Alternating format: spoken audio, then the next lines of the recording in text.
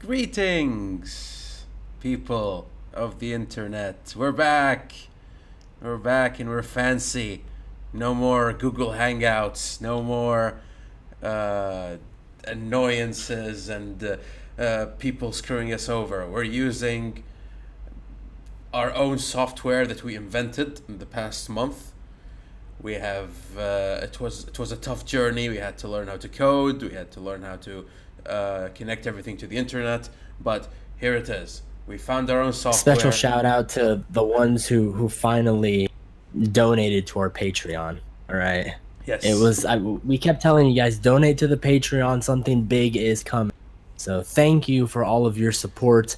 Anyone who pledged $5 or more will get an honorary exclusive salute and a thumbs up. It is You're the real MVP. it is through your support that we are able to keep doing this. We feel very honored here at the Salt Grinder to be for our work to be enjoyed by the three people who usually show up. Bro, how stupid are some of these Patreon rewards though? Like, have you seen some of these people where it's like if you pledge $1, some of it's not even worth it. It's like I understand the first reward, right? If you pledge $1 or more a month, you get my gratitude, right? $1. Yeah, that's what you give some homeless people when you're feeling generous one day, right? $1 a month. All right, fine. You don't deserve anything back. But then it starts getting into like $15 a month, and some of these rewards are really not worth it. There, But look at us. We came out with our own software. I yep. mean, We, yeah. sometimes these rewards help us more than they help the viewers, and that is fine. Yes, yes, indeed. Yes, indeed. Now let me find the comments real quick before anything. In any case, we're still noobs to our own programs because we just found out how to code this like a day ago. Bear with us. But we're back on YouTube, or we're staying on YouTube rather, as we expressed in the last stream before the hiatus, before our long-awaited necessary vacation from you. I mean, beautiful people. We were discussing how we may have explored or considered exploring with Mixer and DLive and a bunch of these other platforms, which are now growing as alternatives, but also reasonable competition. And we're not so much looking at it in that regard. We just want a place to be able to talk and for you guys to be able to hear us and see us without problem. So that's the reason that we decided to stick with YouTube because we did think it was the best source at the moment. And in the most part, like for the most part, YouTube is actually pretty chill. It's just a matter of they got rid of Google Hangouts and everyone's upset about it because I still believe that most people who streamed did it casually and they weren't trying to like gain donations and be these super IRL streamers. So most people still streamed with the Google Hangouts, which is why I will continue till I die to say that YouTube, Google, Alphabet, whoever made a big mistake canceling Google. But again, thank you so much for the Patreon support. You all are you are the backbone of this channel. We are why we do what we do. Now, the reason Hangouts do what they do, as they say, you know, went off on us, is probably because Google is losing money and it's not worth it to actually do it anymore. Now, if that is true, then that means it's Susan's fault. And that's what I maintain. Susan is the reason we lost Hangouts. Because she wasn't making enough ad revenue because she's too woke. So I will maintain that everything wrong is Susan's fault. Until she quits. Then maybe I change my mind. And I do want to be relatively civil about this when it comes to Susan. Susan, I want to make it absolutely clear. It's not us. It's and people have been pretty vocal about wanting you gone, but I've also never been one of those people that likes to subscribe to what the mob wants. I believe you should leave because you should feel bad about how you've taken this platform and like SpongeBob movie Dennis stepped on it. Like it was what this platform used to be is a lot different than what it is now. And I would be lying if I told you that you did not contribute to this and you, in other words, haven't done anything to appease what the users want. And it is mainly what the users want. I would say it's first it's the users at the top of the priority list, then it should be the creators, and then lastly it should be the ads, the advertisers. uh YouTube originally was never big on ads. They didn't survive on the ads. They survived on the creators getting individual sponsorships and then their banners and all that. And ironically, that has almost returned, but because the website is so corporate, you almost don't notice it because the big corporate entities are still the ones that are creating and distributing the most ads. So therefore, the most ad revenue is still linked to them and those creators basically aren't creators anymore. And Trillion, I just noticed you do not have your glasses on, and this is not some serious shit yet. Oh You, shit. Oh no. Okay, hold on. Does this work? all right, now you got to take them off. There you go. There we go. Apologies, coding for 50 days has affected my ability to absorb sunlight. So now I don't need sunglasses. That does not make any sense. That's never been our strong suit here. Fair enough, fair enough. No, but this is good. This is good. This stream is going smoothly. I can now ignore everything and just focus on talking. Amazing. Now, Hassan, you do say that Facebook is apparently planning on mixing Messenger, Instagram, and WhatsApp in 2020, and when that happens, What? like, I don't. Ew, that's disgusting. Yes, horrible, horrible. If that is true, that sounds awful. That sounds like a disaster. I use WhatsApp, Bro, think about. and I don't want it But with you, this you thing. have I don't want it there. Instagram maybe can get its own thing. Facebook is not big among the, and forgive me for saying this, the streaming community, right? Like people on Facebook, the streamers, the people that would be using Facebook for video chat and streaming services would not be using Facebook. They wouldn't even be on Facebook. So I could see why they are trying to incorporate it with Instagram, which is the more hip version of Facebook, I suppose. And then WhatsApp is just there. Oh, that's bad, man. What you know what somebody should do? Just buy Skype out and make them the better service. Make them because Discord came and completely shat on Skype, right? And then Skype just had no response, no retaliation. It was like, well, I guess they're the next big thing. But hey, we still have like the grandparents who they learned Skype late, so it's like they're learning it early compared to what so they're still on it, but it's other than that, I think Discord is difficult to compete against. And then there's the individual website platforms that you can use. I don't see why Facebook needs to get involved. Facebook's just involved because they're like Apple and Google. They have to get involved in everything. Amazon too, come to think about it.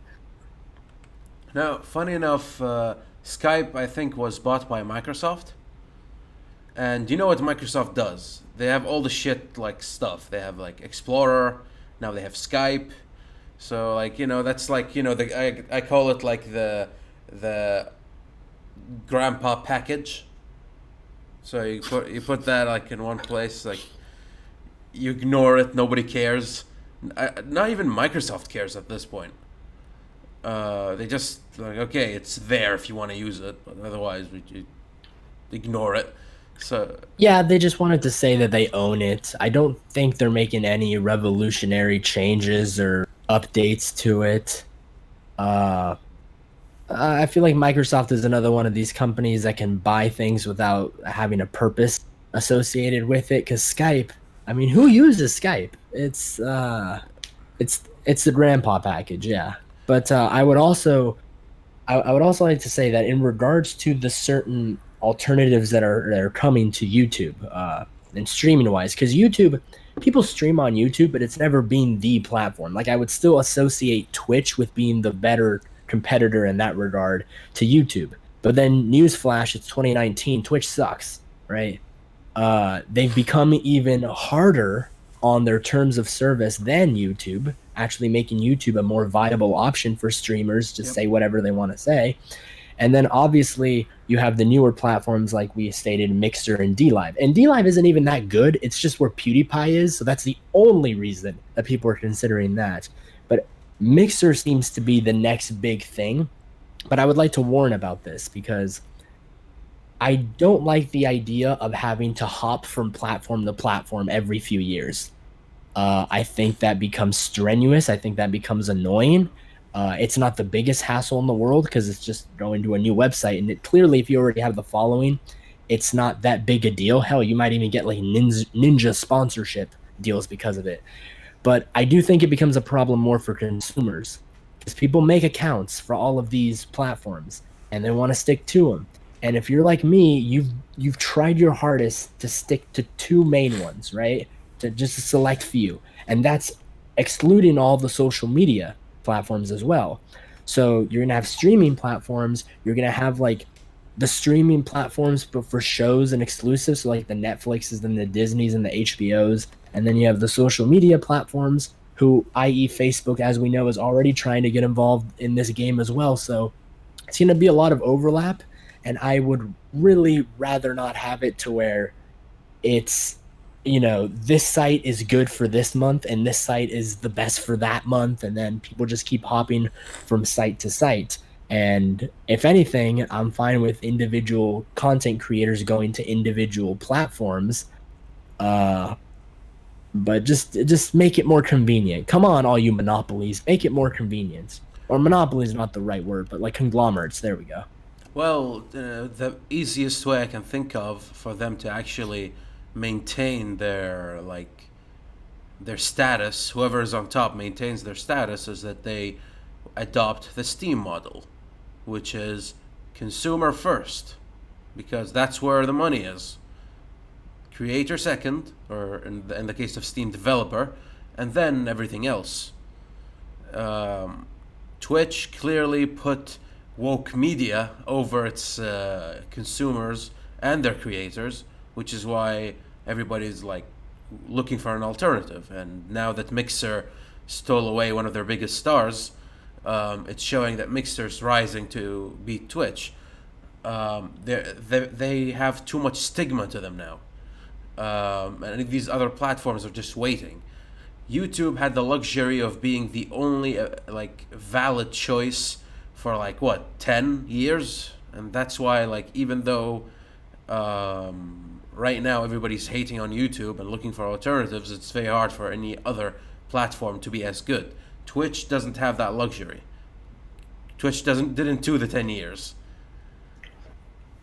So Well, YouTube has always been a tricky platform for me because I have always believed that YouTube has always tried to stay neutral and stay in the middle, and that's surprisingly why they have survived. Now, one thing I always like to say to content creators and to corporations that are trying to involve themselves in the culture war, i.e., politics of today's day and age, it can be very problematic for your brand. Just look at what happened with Gillette and how they lost 8 billion because of woke advertising. You remember that shit where they were attacking masculinity, and they made a meme out of themselves. And if if you're not Drake or the president, there's really no place for you in doing that. So Gillette suffered, Netflix suffered. Although they're coming back now. They did one thing right with the Dave Chappelle special that we will get to sometime. But I would implore that YouTube actually keeps doing what they're doing. Yet, slowly inch Susan out the door because I don't think anybody likes her and what she's doing. But if she does have a part to play and playing the neutral ground between advertisers and creators, because you'll notice that YouTube actually goes through these phases, through these swings, where it's like, we will support creators more than, or we'll listen to creators, right? When the whole Vox situation came and there was that adpocalypse, YouTube was the butt of everyone's jokes for about a week. And then Steven Crowder got all those subscriptions because people wanted to support him. and YouTube started recommending his videos, even though he's a conservative. And so it's like YouTube's trying to play both sides. And believe it or not, contrary to popular belief, most people won't realize that you're doing that if you're playing both sides because they're too hooked up on trying to attack what side they're not on. So if you keep, balancing the budget per se and hopping from side to side, people actually won't have as much of a problem. You may be a hypocrite in your heart of hearts, but you'll keep $8 billion, that's for sure.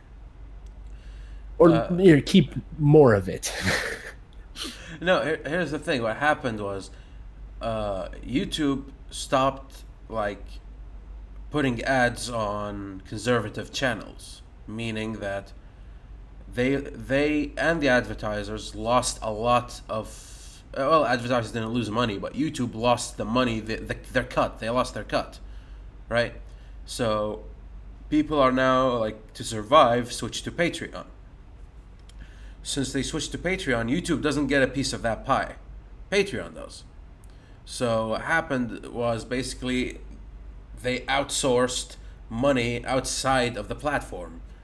It's no longer coming in, and the result, since YouTube is losing a lot of money right now, with proof that right now they're doing 2 ads per video. Yeah, what is that shit, bro? Like, hey, people hate ads. What do we do to improve the experience? And then they ask questions. They give you a survey, right? yep. Anyone see this nightmare? Right? Have you enjoyed your YouTube experience? No. I go right down to D. Of course not. Some of it's trolling, but some of it's like you imagine asking this question unironically. It's horrible as far as YouTube's concerned. I don't know if they improved over the past month or so. I'm not sure. I haven't been keeping up, but I did see 2 ads. People complained to me about the 2 ads thing, and because I'm supposed to be like the guy who keeps up with this shit, like they ask me for what's going on, and the only explanation is that they're losing money. They're trying to make it back, and Google is pretty angry with them because Google's like they don't care. They see numbers, so they're like, "Why are we losing money? I thought you guys were supposed to be the biggest shit around." The internet got angry, and we had to like dwindle down. Why? Because we have to do what's right. Really? Uh-huh.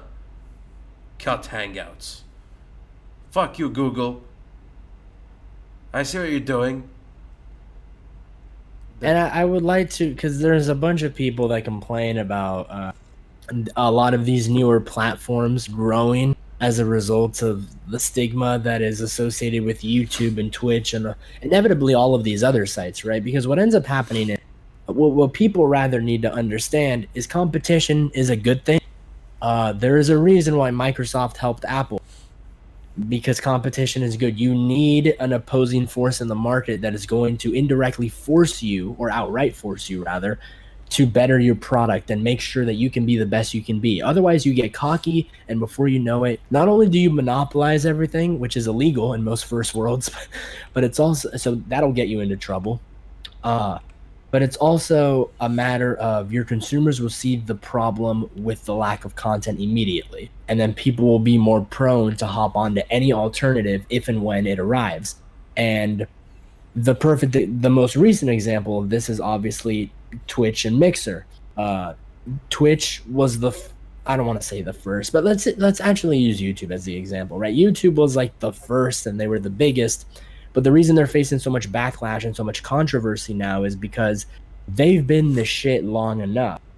And all of a sudden, all of these alternatives have popped up, and they are serving as a competition that is forcing YouTube to try to become better in the past month, or add 2 ads to videos now. As if they thought that, dude, if people complained about it on Pornhub, they're going to complain about it on YouTube. Don't ask me how I know that. moving on from this topic, Zachary saying is said we should talk about the Sony Disney fallout over Spider-Man, which is fun. So sure. So for the people who don't know, Sony and Disney had an agreement which basically Sony can make Spider-Man films that is part of the MCU, and in exchange they get to keep all the money. And whenever Spider-Man shows up on any screen, they get a cut of that as well, in any Marvel film.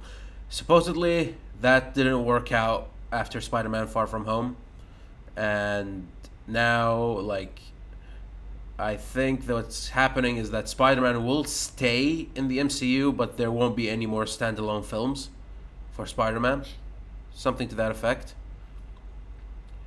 I do believe they're still trying to work out the kinks. But a recent executive, simply put, said that the door for Spider-Man rejoining the MCU anytime soon is closed at the moment. So we technically, as fans, have to wait and see in limbo, which is a very bad place to be as a fan of anything. But for these companies as well, because that's like having a gold mine and not being able to do anything with. Because Sony knows, right? Sony just knows that if they come out with a film, people are gonna boycott it. It's Spider-Man, yes, yeah, but it remains to be: is Tom Holland's contract with Marvel or with Disney or with Sony, or is it both? Well, then isn't he partially owned by? Owned sounds terrible, but is he partially does he owe one side more than he owes the other? Is one side 60, the other side 40? Like, how do you go about wasting the best Spider-Man that we've had in years? now I don't think Sony is able to win this battle, mainly because Marvel can just keep going, and they'll just mention Spider-Man. Oh, Spider-Man's doing this. Spider-Man's doing that, and they just won't use Spider-Man until this is cleared up. Sony is in a more sensitive space because uh, if people don't see Spider-Man in the MCU, and then another Spider-Man film shows up, I don't know, they pair him up with Venom or something, everybody would be like, no, nuh-uh, you know, we don't want that. So they won't, they won't make as much money. They'll get the amazing Spider-Man stats, like last time. You tried to do this last time, you failed. How about you accept the free money? Just accept the free money and you're good. I don't know why the negotiations fell out. I guess Sony wanted more of the cut, but Infinity War and I have a problem. I have a problem with this at the root, though. Uh, if I was Marvel, if I was Stan Lee, I never would have sold Spider-Man off to Sony to begin with. Aside from the notoriously questionable history that they had, even when they purchased the Tobey Maguire rights at that time, uh, you had to have known that, like, your property is, you should have had more open negotiations. How about that? Because in a certain sense, obviously he couldn't foresee the future that Disney was eventually going to buy Marvel. But what he could foresee is, as a creator of Spider-Man, I have a huge role to play in where he lands. And Sony can make movies, but as soon as the company that buys my company that has all the other heroes, excluding Spider-Man, basically only Spider-Man is on, out of the loop now, then I should immediately be demanding that I get Spider-Man back. And for all intents and purposes, we can assume that Stan Lee did fight his heart out for Spider-Man because he's done so for all of his heroes. Uh, it's just a tricky place to be because neither company is gonna let up. Like, you are dealing with two of the most stubborn businesses in the world right now. And one of them is a conglomerate. One of them is a juggernaut. They're both huge, but one of them is. Doesn't Disney own like 40% of the entertainment market? It's unreal. Like, the fact that they are a player in this game, they don't want to let up. They're on top of the world. They're buying everything right now. Now, like I know why Marvel did it when they were losing money. They never thought movies will be a thing, right? Whenever like Marvel back whenever they sold their rights, I don't remember when, but it was early 2000s, right? And when they did that, CGI was nowhere near where it's at right now. So nobody thought that the movies will do well, and they did not do well. It's only like when CGI reached an acceptable amount, or like it looked good enough that you can finally incorporate some sort of superhero uh, scenery without it looking like trash, that basically it was able to explode. But before then, they didn't know. Had they known, that the negotiations would be different. I think the contracts went something to the effect of, we get the ownership back if X amount of time passes without you making movies. And they expected nobody to make the movies because once they do, they'll flop, and they did, except Sony with their Tobey Maguire Spider-Man. Somehow they made it work, and they made money off it. Now they want to remake, like to get that success back, but the only way to do it is to be part of the MCU. And to be part of the MCU, you have to deal with Disney. And I assume Disney is very greedy when it comes to how much money it wants to make off you. Uh, so I don't know who's on the right here. I don't think either. Well, Funny enough. well, here lies the primary issue is that do you want to sell characters rights or do you want to sell universes rights? Because a universe is the safer option. Naturally, it's going to be more expensive though. And sometimes studios just want individual characters, and they're willing to pay buttloads of money. But then lies the problem, which is exactly what happened, which is like the textbook example of how this could go wrong in the long haul. It happened.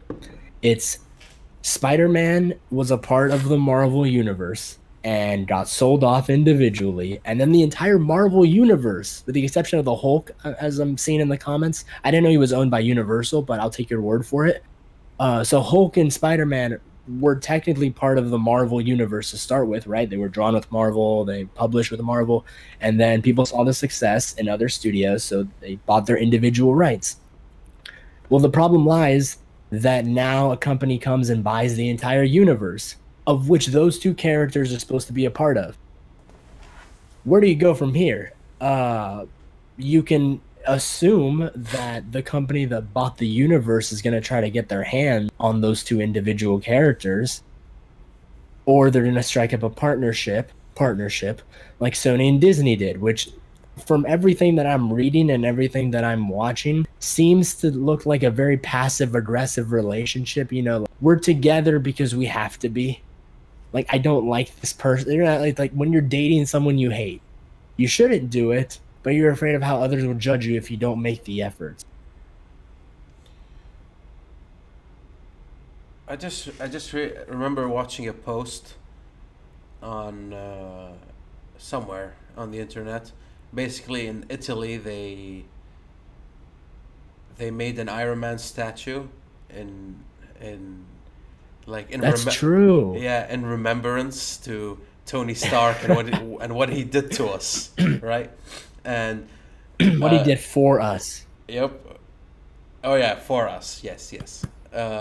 And this is the R.I.P. amount. Yeah, this is the amount of strength that this alliance was able to create. That like unholy alliance between Sony and Disney, because Fox decided not to sell the X-Men, and now Disney owns Fox, right? Like they took everything, and I assume that happened to everybody who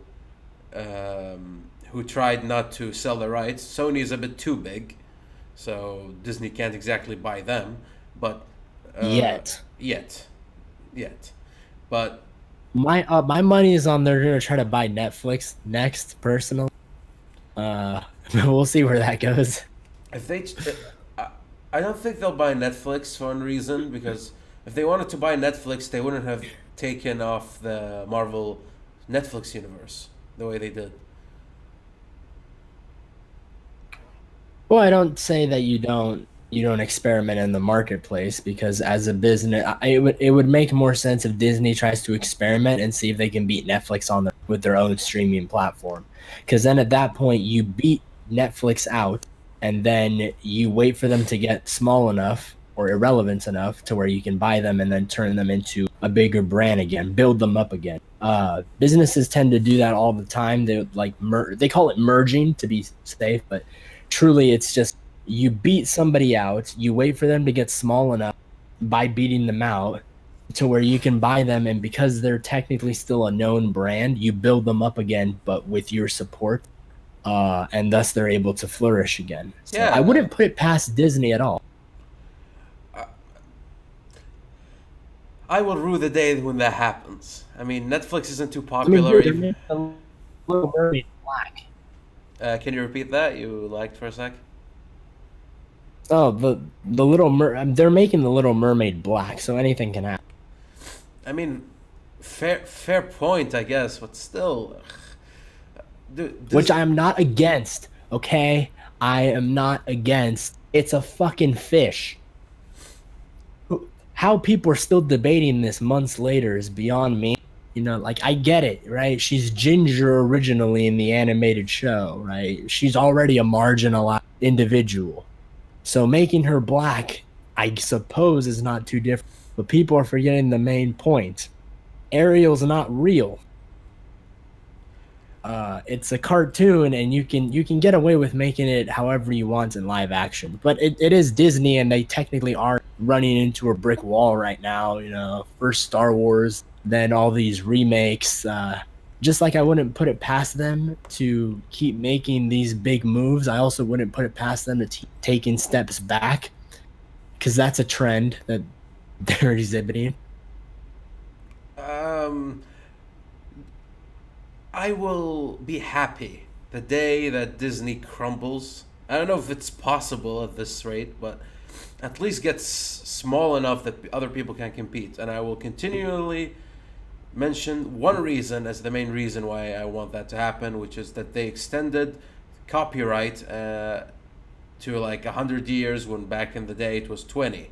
I.e., if you release for example, if you make Star Wars for 20 years, you can make money off it, and then it becomes public domain, in which everybody else can use their knowledge and their interpretation of the work you created to do their own stuff. Which is why we have things like Dracula, Sherlock Holmes, and all these characters as part of a bank that anybody can write on or write from, and get inspired from. You want a detective, you don't need to make a new one. Well, there's Sherlock Holmes. But really, he's not owned by anyone. Well, that's the only. I don't think so. I think. I believe he would Dracula. Because like who would want to buy Dracula? I guess, but I mean, the only reason I he's said. an urban legend too. I think so. Like I guess that's how you get away with it. Well, it's not that. Immortalize it. The book is Bram Stoker, right? When he made the book, then it became public domain, and now everybody can use it. Anybody can use Dracula. Anything that was that old became public domain at this point. Fucking Hitler's Mein Kampf is public domain right now.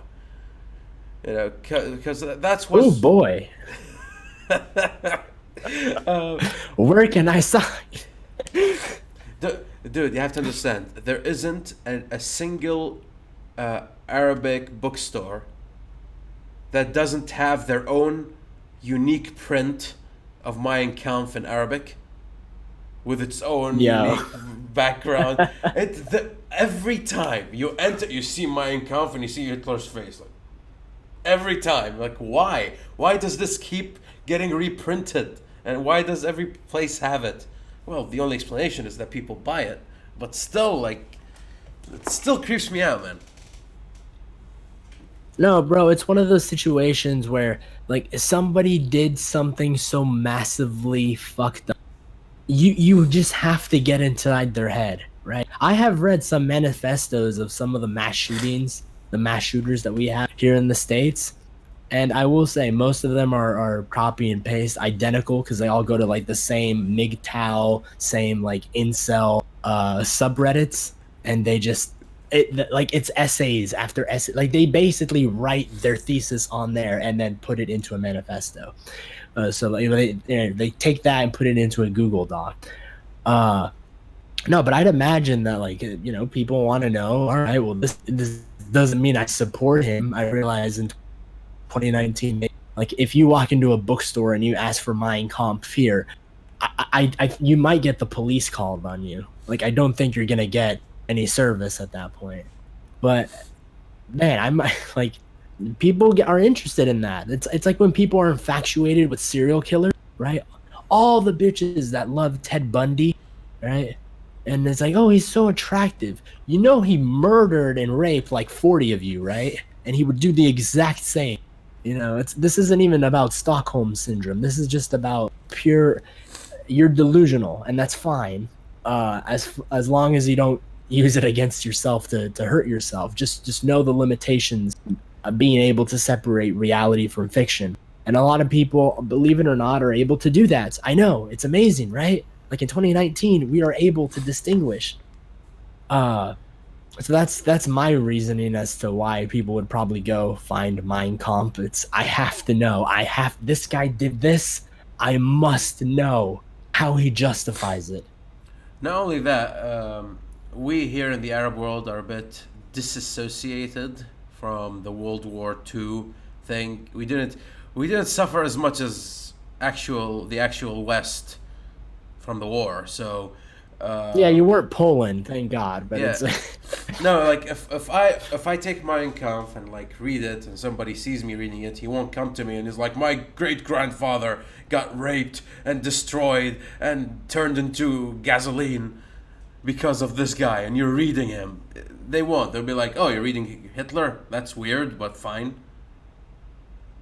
Yeah, I'll keep my eye on you from a distance, but yeah, it's like I won't try to burn the book while it's still in your hand.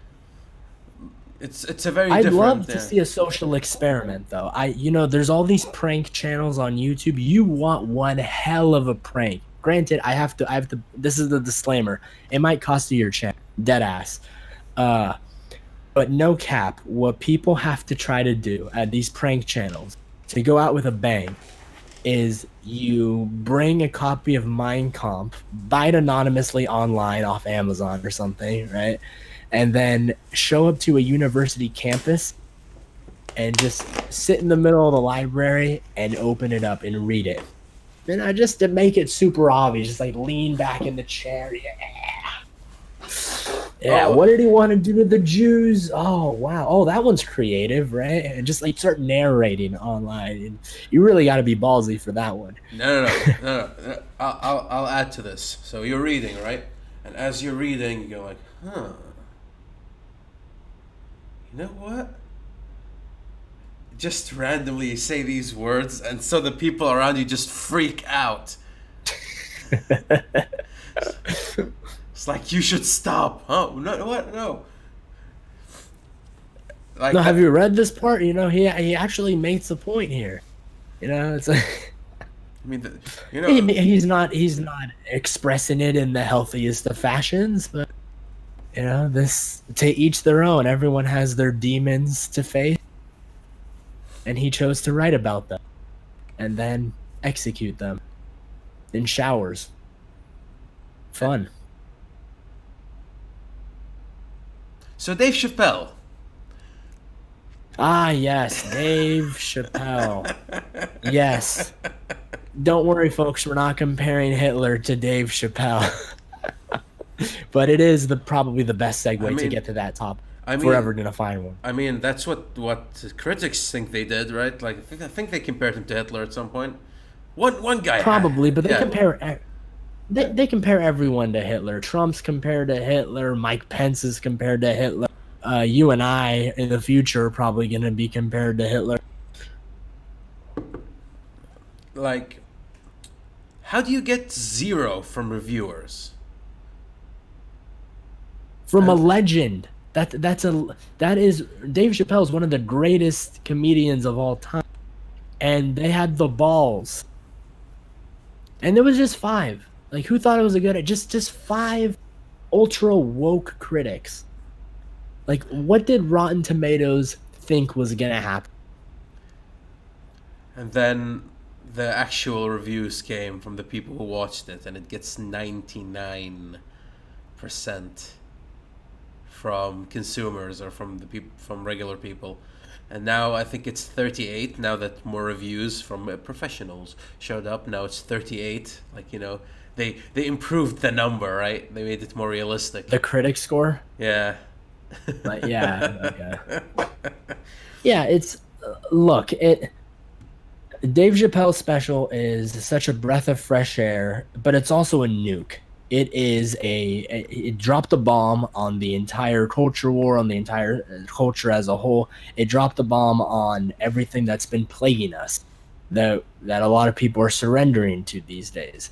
And the way that you counter that, believe it or not, is by just attacking everything, just shooting off in every Yep. single direction and seeing what sticks. And I don't think his intention, in fact, I know his intention is not to hurt people, because Dave Chappelle has that type of, every comedian you'll find, every good comedian has that quality, that skill where they're able to, if they enjoy you as a group, they'll laugh with you. But for that, there needs to be a joke. And that's the comedian's job. And that's Dave Chappelle's whole career in a nutshell. No, like I've noticed this, like the bigs of comedy right now, even not the two big guys, like even the like middle rate comedians, the ones who are rising up, they're all adopting like an anti wokeness strategy in opposition to what's been happening around them, in defense of themselves, maybe even. Everybody's trying to like take comedy a step too far. That's how people see it, but in reality, all what they're doing is like, guys, you think you guys know what's going on? Well, let me show you what's going on. In fact, you're gonna laugh, and if you don't, I'm gonna call you out on it and make sure that you understand that you're the one who's missing out here. Bill Burr did it with his like after election special, I think, or was it the during? It was during the election special, the one he has on Netflix. I think he did it in Nashville. Then, whenever he threw certain edgy bits, they would they would all pause, and then he would call them out on it, and he would like for the next 10 minutes insult them for blatantly stopping themselves from laughing because they don't think it's proper. And then he would proceed. And now Dave Chappelle shows up and just throws the hammer, and people laugh because it's funny. And this will keep happening. For as long as you get offended, comedians will find this as a reason to go further. And I think that the reason, because there was a point where comedy was taking the woke, and that's when I thought society was officially going to die. If no one, if anyone needs to stand up to these lunatics that are pushing this high level, far left or far right identitarianism, it has to be the comedian.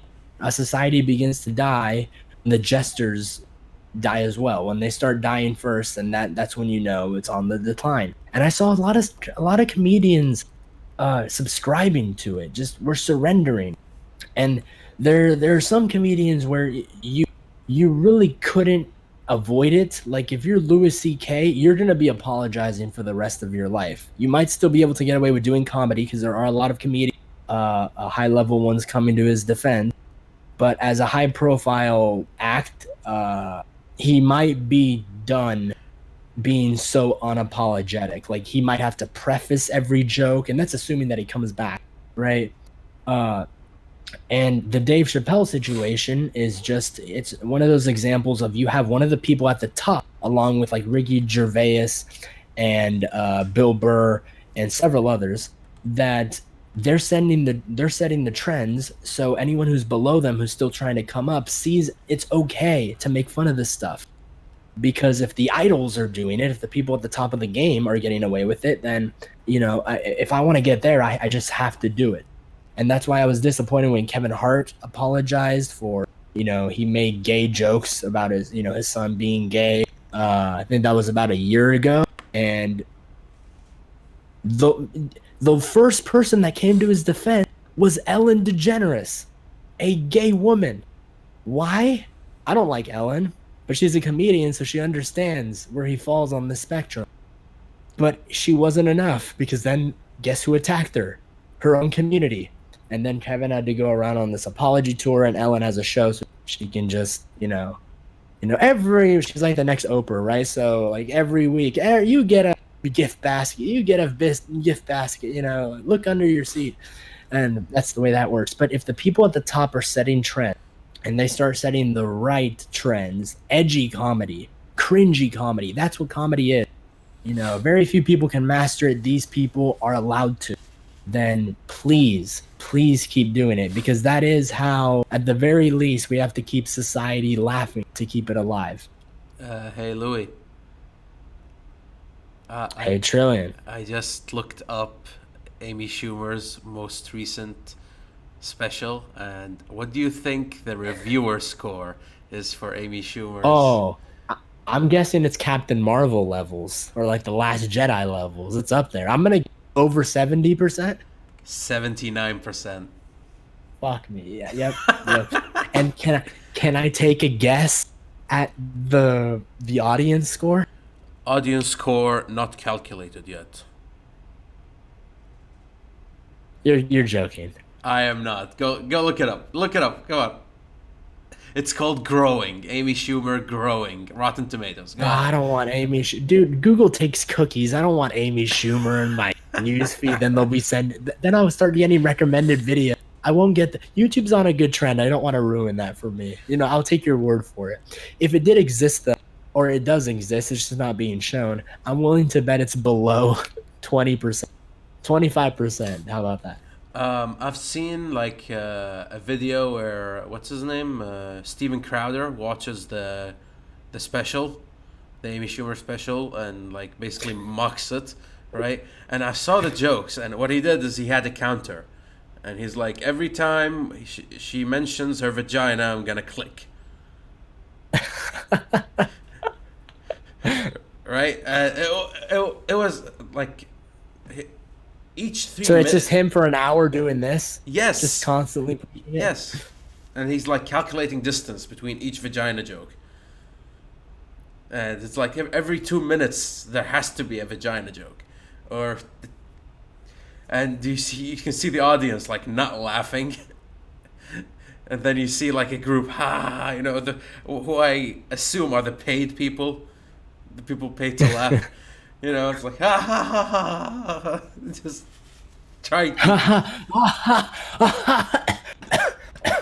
Oh, we're not getting paid enough for this. It was beautiful. I remember it. And you compare it to the Dave Chappelle thing, and you wonder why is that reviewer score even there at this point? What's the point? I remember when a few years ago, when reviews on YouTube of movies and of books and shows and music and albums and anime and stuff like that was on the rise. Now it's kind of been here to stay, but it's just like a genre that exists now, reviews about anything. When that was first starting out, I remember it was such a big deal. I even called upon this. I'm guilty of it to a certain degree. But so many nerds were calling on well, if you don't have any experience judging or critiquing films or movies or this, then you and these people that were calling on degrees and PhDs and this and that, and you need to understand literature and you need to understand it. It's dude, at the end of the day, the people who comprise whether or not that product is going to continue, succeed, or bomb are the masses, the people, the amount of people that go watch it, the amount of people that go like it, and word of mouth it. So, a few individual critics who somehow got a degree in deciding what subjective art form is good was a thing. Like that was something that was on the rise, and now it's gotten normal to where people review things, and it's all opinionated, which that's fine. That's basically what a review is.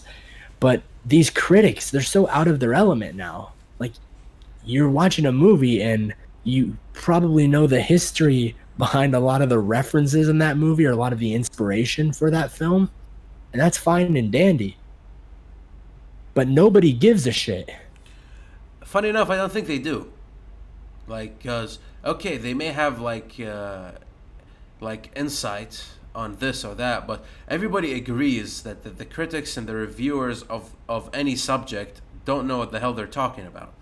To the point where, look at look at rap music, right? What did Eminem say? Like, if you're gonna critique me, at least be as good, or at least good or better, because most of the people who talk, and it's like, oh, Eminem is not on his on his A game, don't know how to make music, right? So they're just critics, and that's like the lowest of the low as far as I'm concerned. Being a regular consumer at least means that you don't have the pretentiousness. And so when you say, it's like, I don't think I like this very much. I didn't enjoy that album as much as the other one. I don't know why, or I don't care why, rather. But the critics, they're like, oh no, clearly the aesthetic sensibilities of this person is not as good as they used to be. And I have to use a pretentious British accent because, that, to me, that's how they think in their head. They think they're fancy, right? Yeah, the little like little glass with their pinky up. Yep. Clearly, this work is not superior. It's something stupid like that. Regular consumer would be like, this movie sucked. I didn't like it because it was lame. I don't know. That, to me, at least, is genuine, and it comes from, a place of like truth in your heart. You go to the critics, and if they don't like it because, for example, it's not woke enough, they'll give it a bad score. What did they say to the Avengers Endgame movie? Like, it wasn't enough that they had the female representation, and they had a gay character. It talks to Captain America in that therapy session, and they had that full female scene. It wasn't enough. If it's not all of it, It then it's never not ends. enough. Yeah. It never ends though. And that's why I implore to everyone who's making any creative media, you don't subscribe to these people because they keep wanting more. You give them an inch, they'll run with a mile. At first it'll be, you make a story that you want to make with the characters that you want to comprise of, all right? And it's just that simple. And if it's a team environment to where you're all inputting ideas, let everybody have their chance to input what they think is right. But it's so obvious, and it's unfortunate that Star Wars is the one that is at the forefront of this suffering. Is there's like these not diversity Olympics, but it's like the woke Olympics, or like the oppression Olympics. There we go. We have to give power to the most oppressed people imaginable, and it's like we have to give attention to these people that flat out, dead ass, no cap, do not exist. I want the main character to be a black, blind, transgender superhero, who is differently abled, and he's missing one arm, and he can still fight though, and he also has an overbite, and he has a brother who is autistic and has a sister that's also blind, and it's like you keep adding these. Oh, and by the way, he's like Taiwanese, and he was raised in Australia, and it's these people. There's 8 billion people in the world. They don't exist. Like this particular thing, and it's fiction. That's why they can get away with it, right? That's why, well, it's my art, my art. Yes, it's your art, but part of what makes characters relatable is, contrary to popular belief and ironically, the fact that they're not all over the place, right? Like there's too many problems as obstacles they're going to have to overcome. There's not enough time for you to address all of these. It's the woke Olympics, right? Or the oppression Olympics. Who can we put the most out there character? And you slowly see it happening. A lot of these companies are experimenting, and you have to vote with your dollar. And I've made my decisions on like what I with many others are not likely going to go see the next Star Wars, for example, because the last one, the last two sucked, but like the last one in particular sucked so hard. And that was even after trying to give it the benefit of the doubt, with like it was an artsy film, right? It was going for that artsy approach, and then I made the mistake of trying to justify that by watching it a second time. Biggest mistake of my life. Just made me hate my life for 2 hours. It's like they're slowly trying to sneak all of this in, and frankly, it's getting annoying. Have you by any chance watched that trailer of that movie Cats, was it? Where it's like a musical, but it's horrifying. Like, Is that it's like realistic people, yeah, but they're like cats? yeah, Yeah. the one with the furries, yeah, the the furries' wet dream, and Oh wow. I watched that trailer, Um, and I can't believe we sunk that low that quick. I thought we needed 2 more years before we'd reach that, but we reached that too quickly. Um, and Amy Schumer's there as like a fat cat. I'm like, oh my god, like no. the sad part is that I don't even think like that's the reason people hate it so, because it's a musical based off of a classic. I think it's so hideous. It's actually difficult to watch, to Yes, look at, yes. that it like that's where the most of the hate is coming from. I assume they're gonna put they're gonna push some sort of political agenda, because just look at their cast, right? Look at their cast and how they bend the knee constantly to the woke culture. So there's no doubt in my mind there will be some. I mean, maybe I'm wrong. Maybe they'll surprise me. I mean, I'm not gonna go watch it, but like maybe they'll surprise the critics, right? These days that if the critics are upset about something, it's good, most likely. Hey, that's why I watched the recent Godzilla film. Like, I was up in the fence because the first Godzilla film they did, and way back in 2014, I think, um, wasn't that good, mainly because, well, there wasn't enough Godzilla, right? Then when they showed the new one, Godzilla King of the Monsters, I'm like, I don't know if I'm gonna watch it. But then the critic review shows up, and it's like, oh, not enough story, not enough development, not enough whatever, and it got like 38 or something as a score by critics. But then you look at the consumer score, and the consumer score is like 80.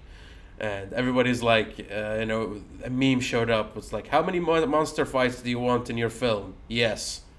And I'm like, okay, then I'll go watch it. And then I go watch it, and it turns out to be absolutely kick-ass. It was great. I was like, like a kid, who got out. It's like, and then Godzilla went roar, and then Ghidorah went blah, which is what you want out of the film in the end. Just the epic scale and how good it looked. It was tremendous. The plot was so simple, and Yeah, I, it's thanks to the critics. I would have never went if it wasn't 38% on the fucking critics. I wouldn't have even considered it, because I know they're dumb. It's beautiful. It's beautiful. It turned out amazing. It's a good model to have. Like,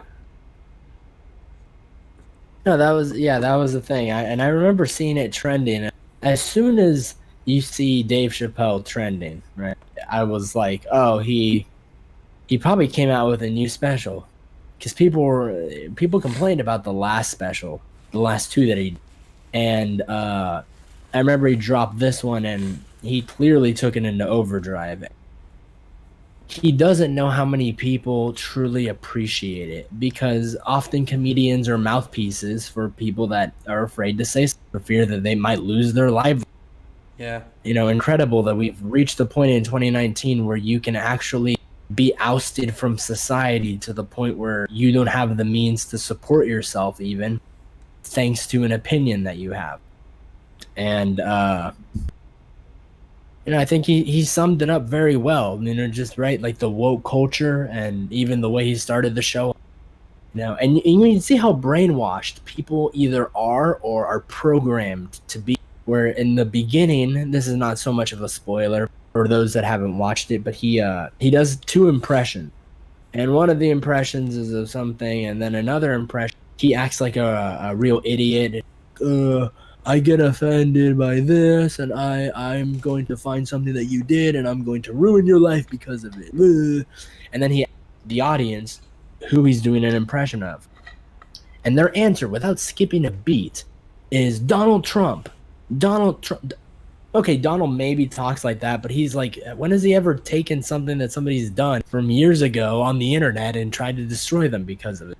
Well, Right. well, But it was amazing to see how fast people were to jump on the beat. It's Donald Trump. It's Donald Trump because that's what CNN would say. that's what just CNN, like everybody in the world, like collectively. I remember, like, dude, look at how arrogant this is, right? My country, Kuwait, right? You sit in a class and you talk, and then somebody makes a Trump joke, saying that Trump is dumb and he doesn't know what he's doing and he's gonna ruin the USA. Me here in this country, right? It's even reached here. People are watching, like, the YouTubers and the CNNs and the news and all of that, and all they can think of is, oh, President Trump is dumb, and he's stupid, and he's gonna ruin everything, And then I transition years later, and people are still saying it. Jobs improving, things getting better, he's doing his thing, right? People are still like, dumb president. I don't know what to do about it. You do nothing. You're not even in the USA, you piece of shit. How dare you? You arrogant piece of trash. But what they do anyway. It's spread, and Those people that don't need to have an opinion about something. yeah, like, I would never go like, oh, Trump is a disaster to the world. Like, what? No, he's not. What are you doing? Hold on. Let's have an actual conversation about this. And then, you know what the worst part? The cheers. Yeah, yeah. He made fun of Trump. Yes, I agree.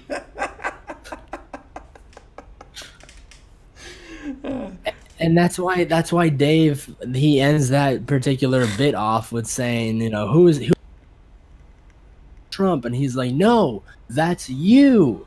You're the ones who go back in people's histories on their social media and dig up stuff that everyone already forgot about. Because guess what? People grow and they evolve and they become better people.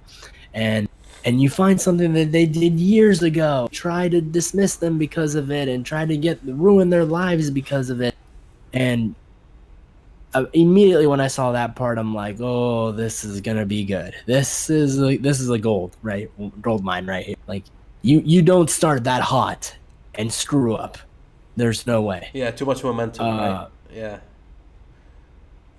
And my only advice at this point, or not advice, but my only resolve, I suppose, for these people that are taking the woke Olympics too far is everyone has a past, and remember, you could be that person that gets ousted. And it has happened, right? A lot of these woke celebrities that are like, I'm gonna do good, and I'm gonna do this, and I don't believe in this, and then somebody's like, oh, look at this. The right can play the games too, right? They can go back and dig into your history. It's not hard, yeah, right? Yeah. And then they find something offensive, and then and then you realize how messed up it is. oh, but it's too late because you already lost your job. And no one's going to feel sorry for you either because you didn't help the other person that asked Yep. for your help. Isn't Not, there that famous poem where it's like,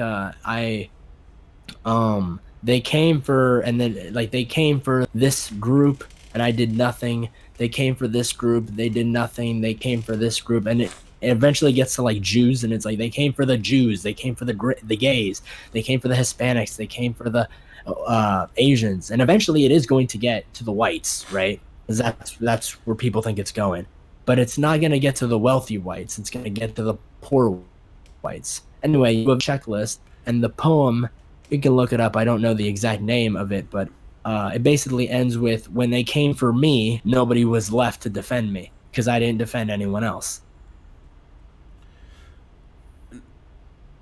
how do you? Here's like right now the right is like doing, as you said, they're trying to like play the same game that the left has done, which is dig in old history and and do all of that wonderful stuff. And what happens now is that people won't learn the lesson, but the lesson is that everybody will be judged by the court of public opinion. And unlike any other court, that judging is not fair. And that judging stays. And there's no way to be cleared. The second you're in the court, you're already guilty and done with. There's no way to protect your image unless you ignore them and go about doing your thing. The second you show up to the court of public opinion, i.e., apologize or something, or even be like, oh, ignore the haters, if you speak, you're done. And we have seen it with like comedians. We've seen it with what do you call them? Politicians. They've lost steam over it. The only reason Trump won was because politicians kept doing that to themselves, and Trump was like, "Yeah, I don't care," and that's how he managed to steal that election. He seems like he's gonna steal this one, not because of anything he did, but nobody seems interested in winning. Um, it's ridiculous, and to me, it flabbergasts me that, for example, go to somewhere like Hong Kong right now. Hong Kong is like has been fighting for their freedoms from China for like 3 months now, and for the longest time, a third of the population is in riot. Everybody's tense. They closed the airports. People are fighting over there. The police are arresting people, and now the bill was withdrawn. And funniest thing, right? Hong Kong started singing the U.S. national anthem, calling for Trump to save them, and nobody knows about that. Like, you go to a regular person, it's like, what do you think of Hong Kong and their situation right now? Do you think they should be freed? And they'll be like, what? And a lot of the media was on the side of the government in Hong Kong for some reason, which is A lot of the left was on yeah, the government side and the authoritarian side. That surprised me. which was so weird, like seeing them trying to like support the very same governments that nobody wants to support in this day and age, and the legislation that nobody wants to be a part of, but they I guess they want it in their land, so they're like, oh, okay, it's happening there, it's good, we support it. Maybe one day it'll carry over like a virus, Maybe that's what they're going for. No idea, right? No idea what's going on into their brains. But then again, whenever you see like, what do you call it, a change my mind from Steven Crowder, and you see somebody clearly from the left sit down and start talking, you come to realize that they did not like put this together in their head properly, right? Because Crowder like comes and just does a little bit of studying beforehand, and he debates with you, right? Presents points, and whenever like that one student or employee from the left shows up, like I think his latest one is like Trump is not racist or something like that, and a bitch from Germany sat down, and he would give her stats about Germany, And she's just like, no, I worked in the media. These stats are wrong. And, and the second she said it worked for the media, I'm like, oh. That explains Yep. a handful. That's what that's how it goes, right? That's how it goes. People like sit down and from the left and they're like, I really want to agree with people. And that's pretty much it. And anybody who disagrees with me, I want to disagree with them. Why? How? Under what logical argument do you support? No, none of that. I want to agree. Can I agree? And that's why karma can't come soon enough for these people. Uh I saw an article the other day where there uh a woman who she was a rad femme, which is short for the radical feminist. That's apparently a movement. I didn't know that until reading that article.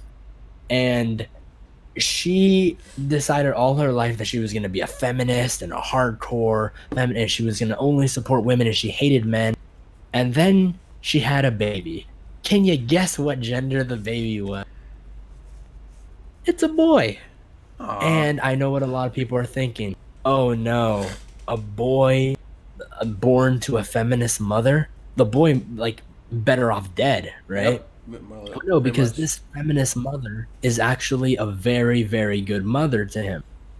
But there's a problem. She wants to stay true to her feminist values, but after having a son, realizes how important it is, to be a parent that cares about what your son. And then she gets into the details of how her son was bullied and bullied by girls.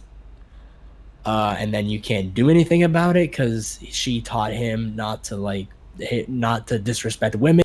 But then like they're bullying him, and so she has to reteach him, but don't be a pussy, but also don't. So she's constantly fallen into these traps because of who she was before. But it's the ultimate karma, right? Because now you have to learn to raise a strong man while being a strong woman.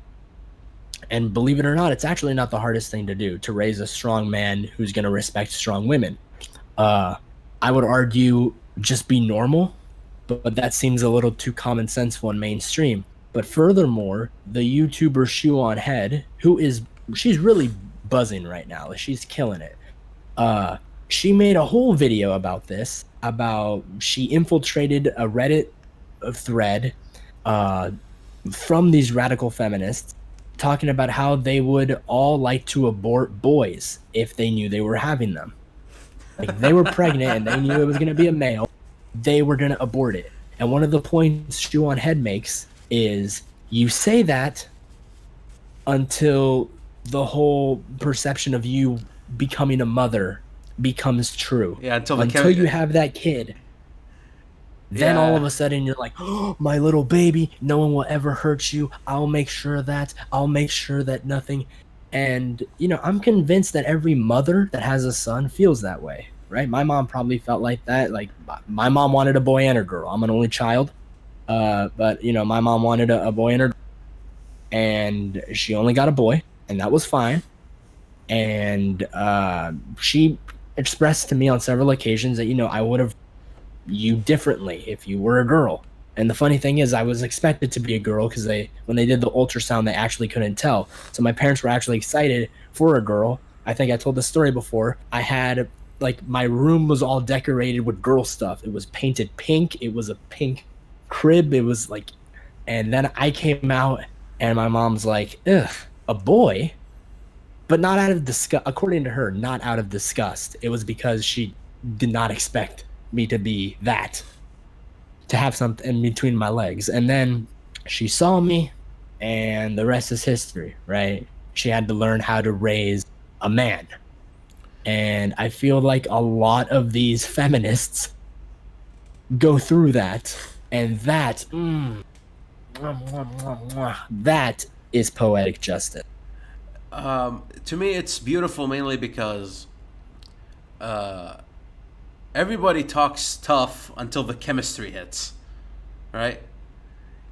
You are not in charge of your brain. At least not in the capacity you think you are. So, like, I remember my own mom, right?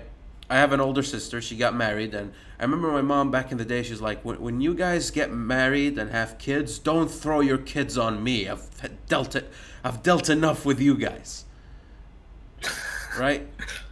Now my sister has to fight with my mom because my mom wants the grandkids so much. Because when the chemistry hits, it doesn't matter what goes on your head or what you thought before. Chemistry's chemistry, right? And it's especially true for me because last week I went to like a book club, which I go to often. You like one of the audience chooses the book, and every like each month it's different, and the books are fresh. This time it wasn't though. This time the book was Little Women. That's the name of the book. Apparently it's a book in the 70s. And this book was made by some woman, feminist, I assume, and basically it tells the story of four little women or something. And I didn't care. I showed up to the event. We're discussing the book, and then one gal goes like, I really hated the ending because after the woman who was a feminist found success, she ended up getting married, and I didn't like that.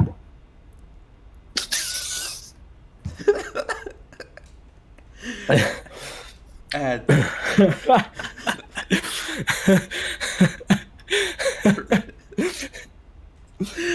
The chemistry. What does every girl want?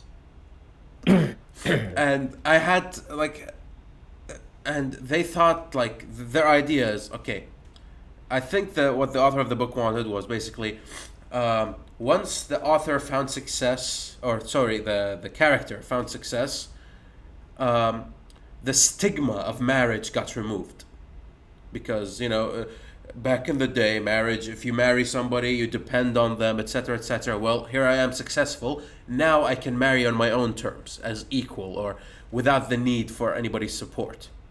That's, I assume, was what the message was supposed to be. But what did they get? What was the message that was received? Oh, she needed to get married anyway. Actually, this was probably a ploy, because in the 70s they weren't into feminist culture yet, so they had to add marriage somehow to please the common audience. They were analyzing the business side of that, of the artistic piece, which is always an insult to the artistic piece. And I'm just sitting there, I'm like, oh no, like no, it's the, you dumb people. That's not how this works. You can't just do that. But they do.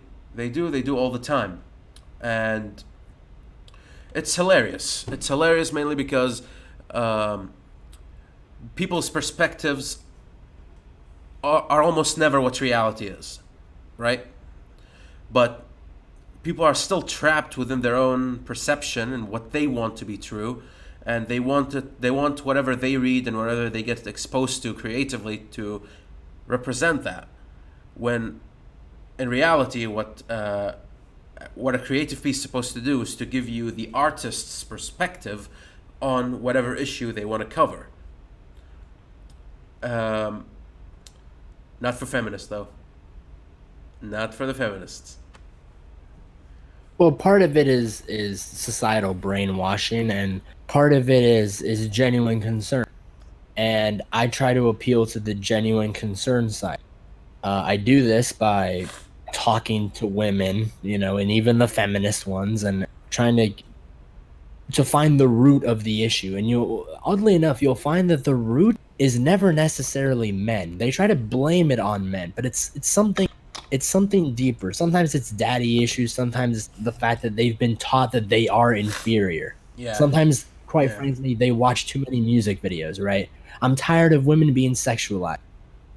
Okay. Have you ever considered that a lot of the women that sexualize themselves do it on their own accord? Like if you watch a Nicki Minaj video, who actually is I mean, that's all I gotta say, right? But what's even better about it is, but if you watch one of her videos, like, what are you gonna see? Come on, you know what you're gonna see, and it's like it's her choice.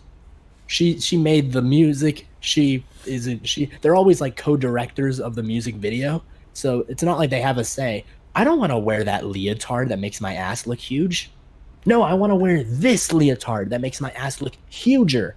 Right? That's always what all these female celebrities, and maybe that's on them, that's how they feel only they can succeed. My point is, it's not so black and white. They have the power to change that. Coincidentally, though, with Nicki Minaj, I actually think she's in a very good spot because aside from having her past of being a rapper and doing all these controversial, I don't even want to call it controversial. She did what she had to, right? Like she was a female artist. Like she did everything by the book of being a female artist is concerned.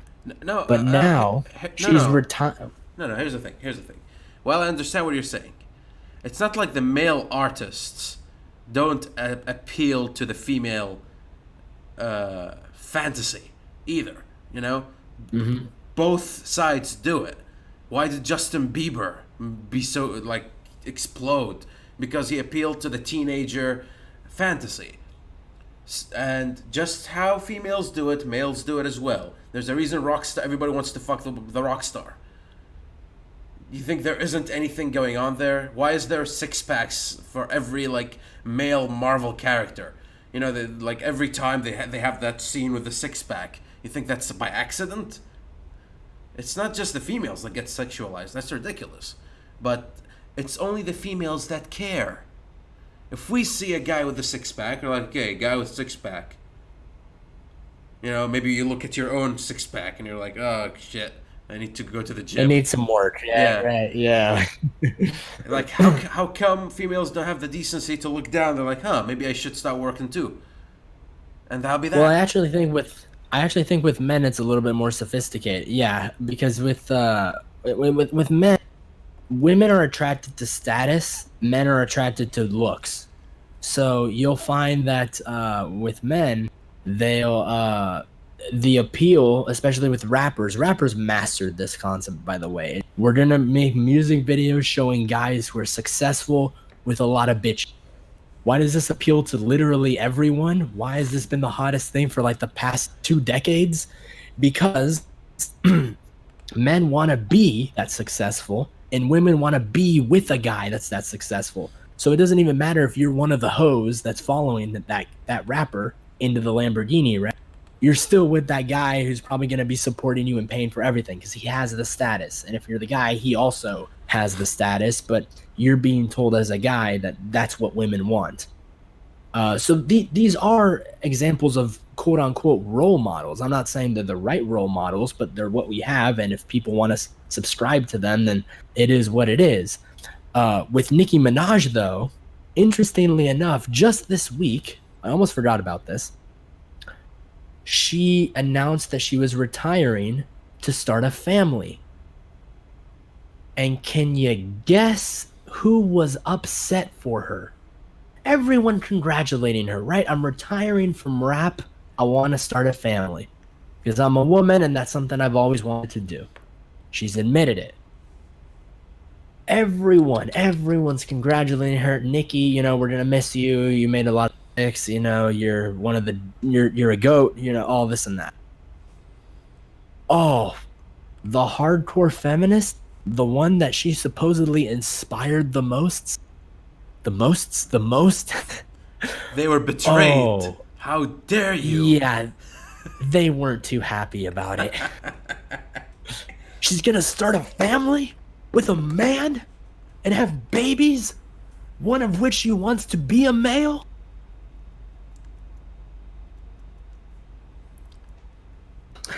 It's like they can't have nice things, but they keep walking into their own way. It's fine. It's fine. They'll grow out of it eventually. Oh, bro, it's hilarious because I just think like it's so poetic. It will always come back to them. No, because like from what I've observed, like when like it really hits the females once they reach like their 30s, like mid 30s.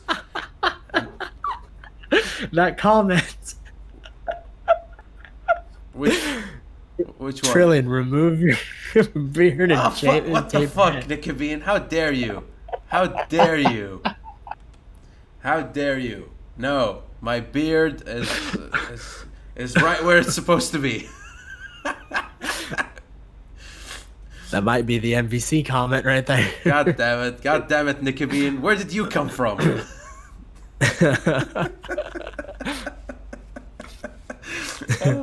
No, wait, what was I saying? God damn it. God damn it. Okay, yeah. So, uh, females when they reach their mid 30s, right? They start thinking like, okay, it'll be too late, and um, if if they're hardcore and they don't want any kids anyway, and they reach their 40s, and then the biology tells them, well, fuck off, you're done, and all the white knights go for the younger feminists now. And then you end up with that creator of Sex in the City, Yep. who's like 50 something years old, and she's complaining about how she chose her career over uh starting a family, which is not bad at all different parts of your life, right? There are certain points of your life where you can focus on one or the other. There is a balance. Yep. I know modern feminism will try to teach you otherwise, but she regrets how she doesn't have an anchor, right? She's divorced. She has no one to lean on.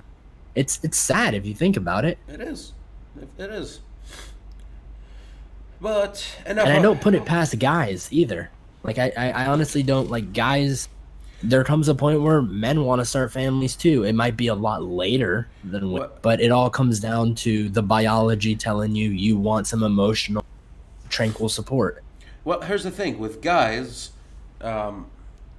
it's never too late. Mainly because, let's say, as an American citizen, if you focus on your career and then you realize that you're 45 and you don't have a family and you're regretting your decisions, you can always go to Southeast Asia, and you can find somebody there. Right? You have a chance. But the second a female hits 40, they can't have kids anymore. They're done. And so they have to mature quicker, they have to make the right decisions quicker. And if they don't, they regret it for the rest of their lives, which they do. So, measurement of probability, you should go have kids. Trillion, how dare you judge women on their expiration date? Women don't have expiration dates. What's that bitch's name again? I don't want to know her name. Dude, you can tell the audience was oh my god, at least half of it was wanting to laugh because they were all there with their girlfriends. They're like, all right, yeah, well, I'll tone it down tonight. But everybody saw the problem with that. Dude, the whole comment section is that. People are criticizing that. It's definitely fresh. That poem, oof, it touched my soul. I felt so connected to the artist. When I heard the words for the first time, I felt like I was heard. But it's beautiful. But let's modern poetry, man. Let's put feminism on the side for now. Let's discuss something a bit more. Well, not really, but better. Something more exciting. All right. So Brexit season 4 has finally officially kicked in, with Boris Johnson taking over as Prime Minister of the UK. Right, and a month ago, when this happened, before we went on hiatus, I thought things were going to go relatively smoothly. I thought, okay, finally this will happen, and the UK exits, and people can move on with their lives. Because this took a bit too long. But I come back, and to my surprise, not only did it not go well, but Johnson lost 3 votes in a row, lost the majority of the House, the Conservative Party enters a civil war, and even his calls for a general election were rejected. And Now I have to wonder, like, does the UK genuinely want to leave or not? Or are they going to keep extending till the end of their lives? Because it doesn't seem like the EU wants to give a good deal. They don't care. And so it's up for the UK to decide whether to stay with the shit deal or stay as part of the EU, or just book it and start making calls to the Commonwealth states and to the United States to find new trade partners and better trade partners. So I legit don't know what's going on anymore, and it doesn't seem like anybody else does, which is weird. Let me extend that question further. Does the UK know what the fuck they're even doing anymore? There comes a point where you can keep asking for help, but Boris Johnson was supposed to be an anti, and we know not everybody supported him, not everybody liked him. Uh, I will say the same advice that I just gave, and that I keep giving England actually in the UK as a whole. They keep getting in their own way, and it's a matter of well, it's primarily a matter of they don't listen to what people want.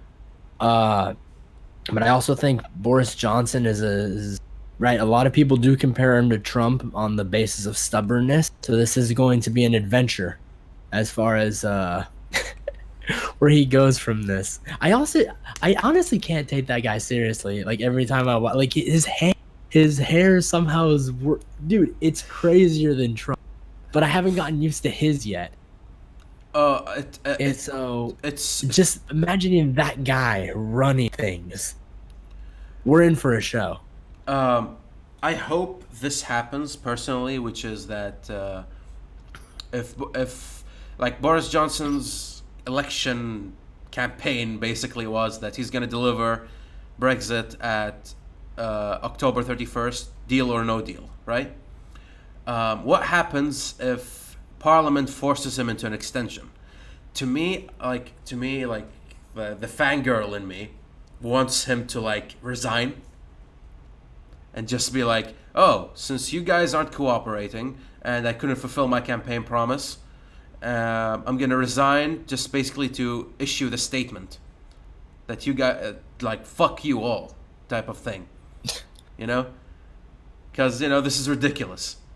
You do, and again, it's the fault of the Labour Party. The Labour Party clearly wants to show the incompetence of the Conservative Party on delivering Brexit, something to that effect, and they're willing to basically put the UK on siege until their demands are met, which is kind of odd because you're supposed to represent the people in the end. You're supposed to give right legislature in the end, but you're more interested in your own house politics than just taking the United Kingdom to the next stage of their development, which is a post EU world. And it's not happening, which is odd since the UK generally is considered like the best model for democracy, or at least the most ancient, built upon the best principles. But evidently not, and it's weird. Uh, I see a lot of I had a friend that was telling me about this. He sees a lot of the U translating over there, and what he meant by that is the fact that if the rest of the world is looking at us and seeing how we're reacting to everything and seeing how miserable we are in terms of how divisive every single situation or modicum of procedure is taking place here, then as a result, we see that the rest of the world, which the UK has always been on and off with trying to emulate us, I feel. And this is something that I would implore them not to. Uh, but this is also part of the unrest that they've adopted even before. Uh, and I actually have thought for the longest time that all of Europe is more in danger than we are right now. And the UK falls into this trap where they're not going to let Boris Johnson speak. So he might have to do exactly what you just said. He might have to resign just to put out the statement to cover his own ass at the very least and get across to the people what his people are going to want to hear and what the others um There, I can't predict where this is going at this point. I feel like up to this point I was able to more or less have an opinion that bordered on the reasonable. yep. Now I look at what's happening and I'm like, well, you know, uh, yeah, this it's season 4 for a reason, right? It's kicked off. I'm ready for the finale. I'll sit this one out.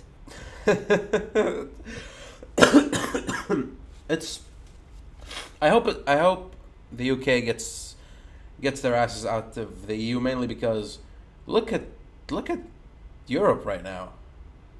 And we've talked about this before. And Hassan here asked, is Europe beyond the point of recovery? I don't think nation states are ever beyond the point of recovery. It's just that they don't want to, right?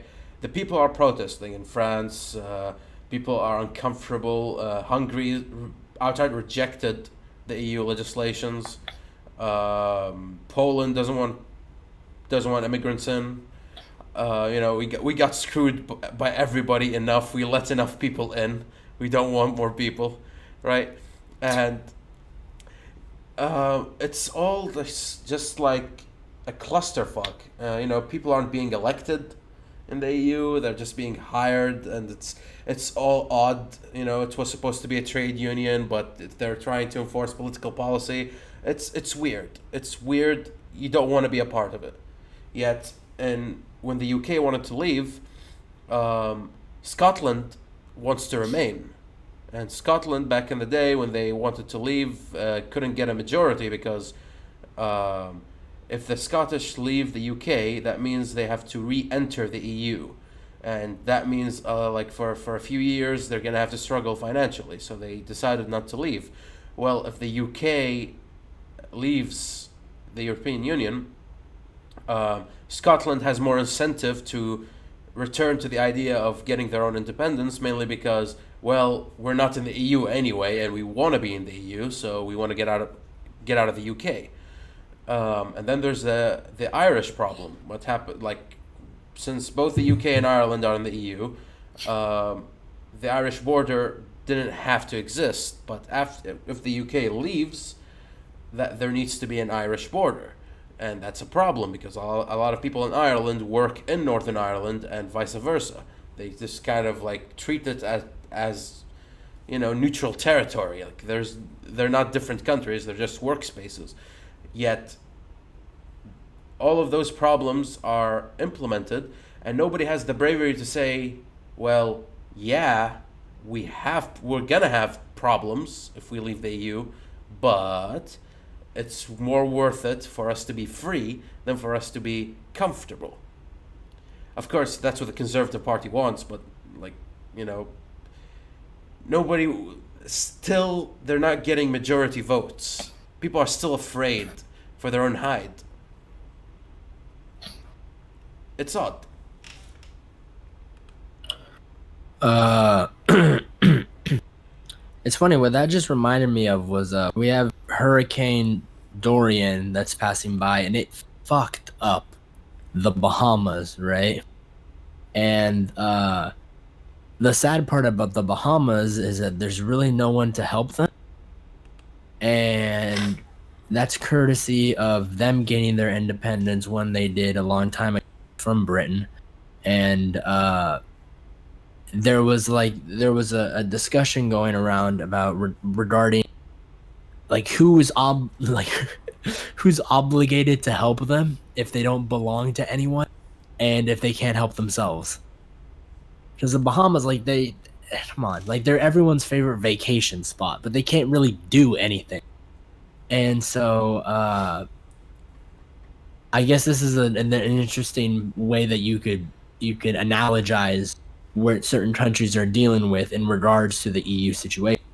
is you will be free, but you're gonna have to do your own work.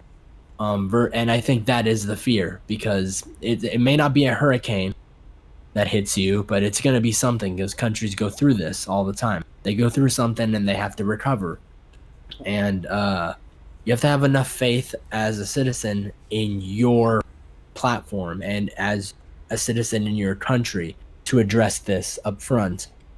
And it actually doesn't surprise me that people are too scared about it. The same way that it doesn't surprise me that people are scared, and that they want to separate. Hence why I've decided to just take a back seat, because I find myself just picking one side or the other. I pick one side or the other based on predictions that I make. And then it's like, maybe it'll happen, maybe it'll work out. I predicted Boris Johnson. That's good. Well, there was a U.S. president, I think, who said this, and I really liked the way it was phrased. We are not descendant from fearful men. I really like that, and it resonates with me mainly because if there's any nation that knows about taking bold steps when required, it's the United Kingdom. They went everywhere. They had the largest trade fucking empire in the world. So, and were they like the only, or at least one of the few countries that actually decolonized out of choice and still maintain good relations with their Commonwealth states. So, shouldn't shouldn't it make sense for them to not be afraid, or at least be bold? You can be afraid, but you have to take the steps.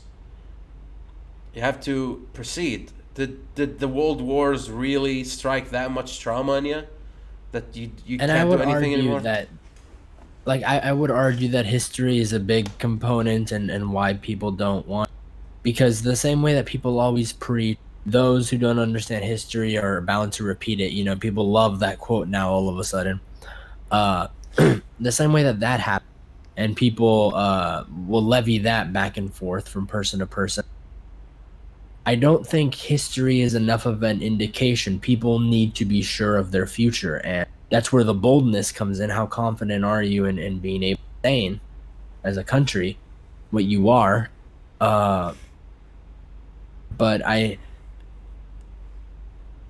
feel as if people also are not becoming as informed as they should in regards to where the possibilities lie with their decision. Um, we saw this with Brexit. We saw this with Boris Johnson. It's just like they go around interviewing here and making us look dumb. They can do the same thing with the Europeans. In fact, they have with every single European nation. And the EU situation has just been that in a nutshell. And it's been people who, like, they'll show a map of their country and be like, locate it, and they're like, oh, I don't know. And that whole mentality can be translated to them not understanding the importance of what they're dealing with at the moment.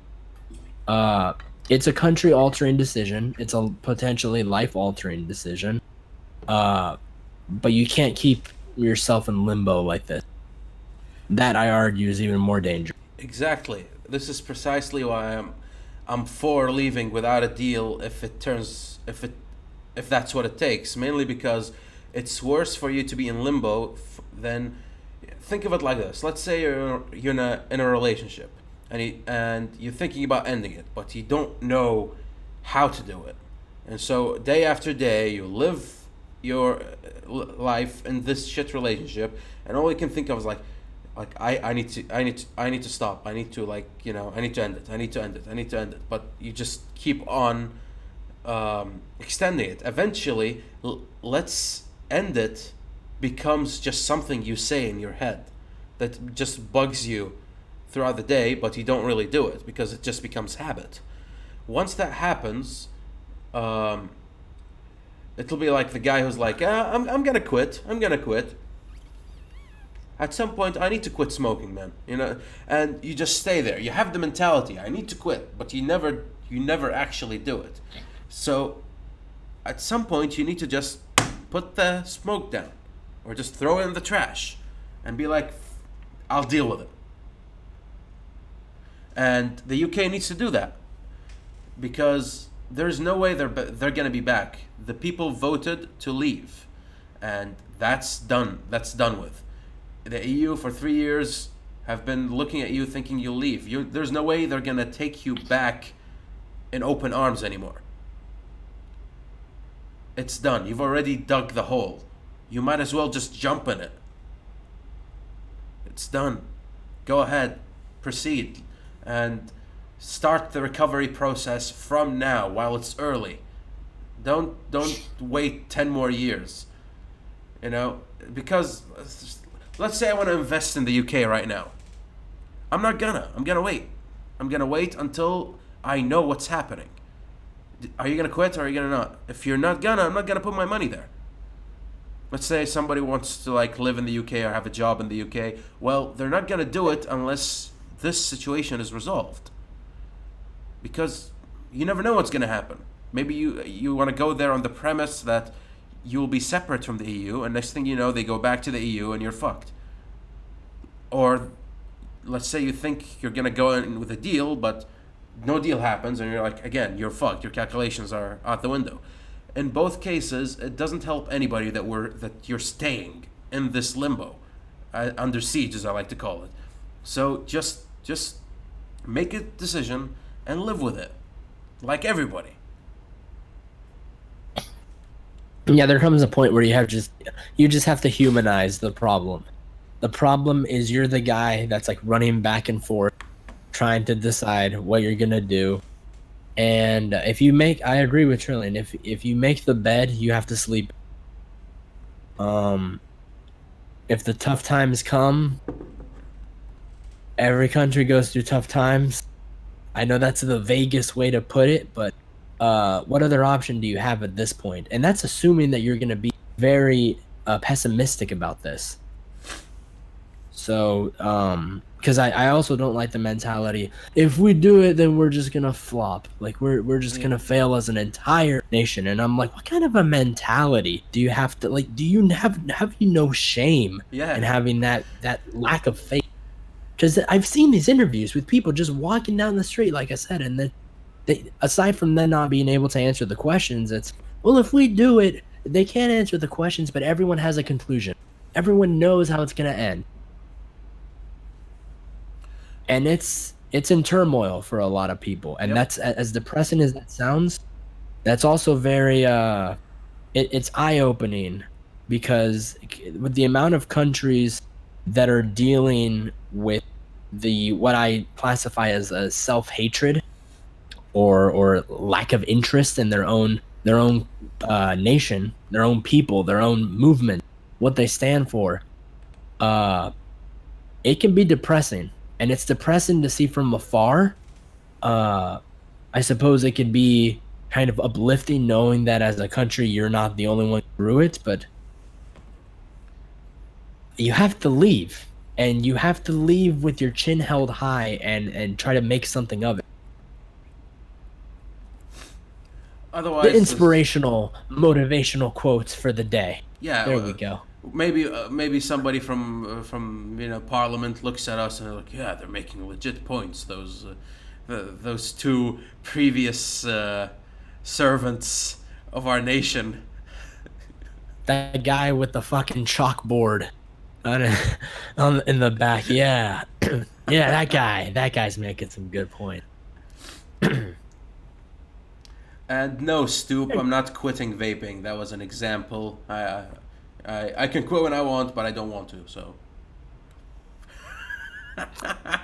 He can't quit. I can't quit. He can't quit. He can't. He is the problem that he is describing. He's using self-deprecating humor through the lens of other people to compensate for this of, what's the word I'm looking for? Oh yeah, accountability. On that note, we need to go. Oh yes we do. Yes we do. That has to be the Best most. transition, right? Yes. On the real. By the way, we need to end this. Yeah, we're leaving. Just, just so you didn't get the memo. Just so you know, we started this, so that means there must be an ending at some point, and it just so happens that it's now. Yeah, we're not. So with that, Yes, with that. do you have an idea for MVC or Well, Nicky Bean slapped me, so I have to give it to him. you already know my pick? Yeah. Uh, So yeah, you're taking it, Nicky Bean. Nice job, nice job. You know Congrats! I believe that's your second win. So we yeah we never keep. GG's. Yep. And I don't know what this talk about Popeyes and chicken sandwich. I don't know why that became relevant in the All comment right, section, but I'll try let me it if I just see say it. this. Yeah. Well, you won't be able to try it because everywhere you go, it's sold out. Uh, like How? Chick-fil-A and Popeyes. Well, okay, so basically Popeye. I love how we're ending on this note. I fucking love it.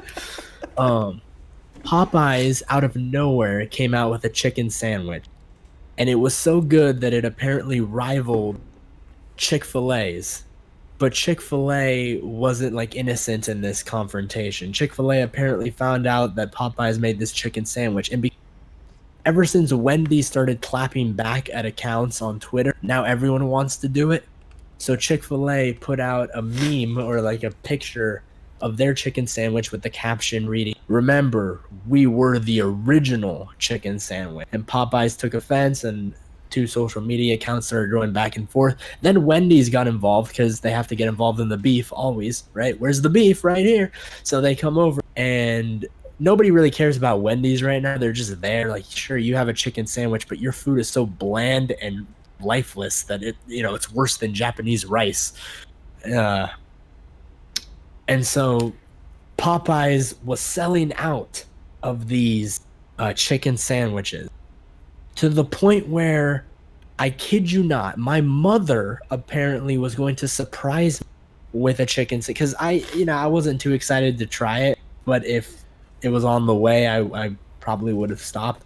And my mom showed up, and she told me that she went to the Popeyes and the drive-thru was because it was so packed and they didn't have the personnel to deal with it. So she goes inside into the dine-in area, and she waits in line for like a half hour, and every single person there is looking for a chicken sandwich, and they're all apparently getting the same. And my mom says that when she got to the front, they told her, "Oh yeah, we don't have chicken sandwiches, and just FYI, we won't have them for the next 2 months."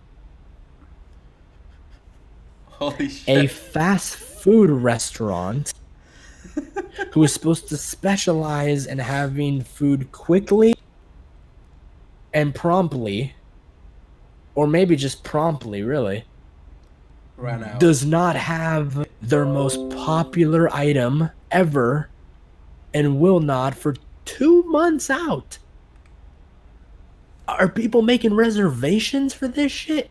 And it got crazy because apparently on the news, there were people that were like buying out the store. There were people that were buying hundreds of chicken sandwiches, thousands, and putting them in their freezer and freezing them. There's a story, look it up.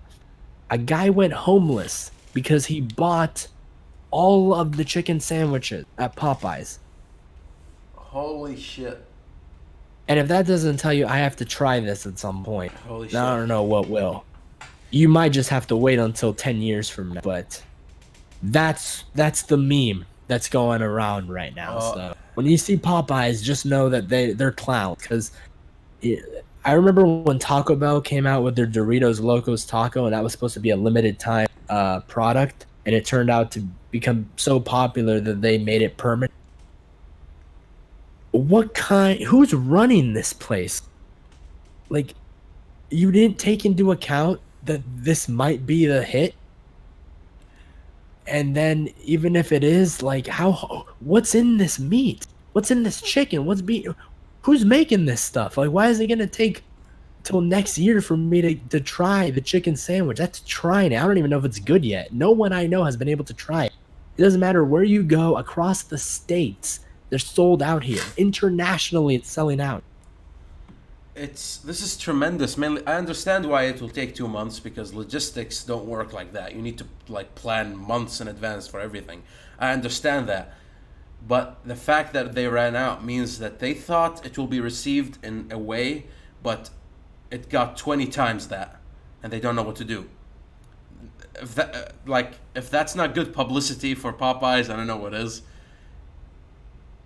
It could be good or bad because you keep people in suspense. People are waiting. Again, I have to ask: are people reserving chicken sandwiches? Right, like you can only order 3 at a time. Call this a number, and they have to wait on the line for a half hour listening to elevator music while on hold. Right, That's probably how bunch it. of angry customers. Yeah, that's probably how it'll turn out. They have to limit the purchases per person because if you're gonna order 100, we're gonna give it to you, but the rest won't eat. So they probably have to do something about that, like limit the number to like 10 sandwiches per order. If you want 20, you have to call 3 times and suffer the waiting. That will put people off very quickly. But we'll see. We'll see how it gets. That's definitely fascinating. Yeah, I'll end on this note. The best part about this actually is the fact that there's a show called The Boondocks. I know a lot of people in the comment section know about The Boondocks, one of the greatest shows ever. Thinking about bringing it back, kind of hope they don't. Actually, there was a show called The Boondocks, and it's a show that, for those that don't know, it's a parody on black culture. It's about a black family that lives in a very white suburban area, and it criticizes black culture while commenting on it and making fun of it. And the creator's black, so it all works out, right? Um, this show had an episode where they made a parody of Popeyes. They make a product, the chicken sandwich of sorts, and it sells out, and people start rioting. And that's the commentary on the episode, is that like the people that are so obsessed with the product can't fathom how to control themselves, and so they start rioting. Well, if you thought The Simpsons was good at predicting stuff, this episode came out 10 years ago. Just yesterday, there was a story of a group of 3 teenagers who stopped by a drive-thru and tried to break in because they thought the employees were lying about them being sold out of chicken sandwiches. They broke the window to get in. Holy shit. That's beautiful. Meanwhile, people in the UK can't decide whether they want to leave or not. The state of the world, folks. State of the world. Continues to impress. Never disappoints, that's for sure. Alrighty then. So on that note, we want to thank you all for stopping by for the return. It's comeback season, folks. So thanks for sticking around. We will be back same day, same time, same place. And you all are so cute today. Thank you. See you on the next one.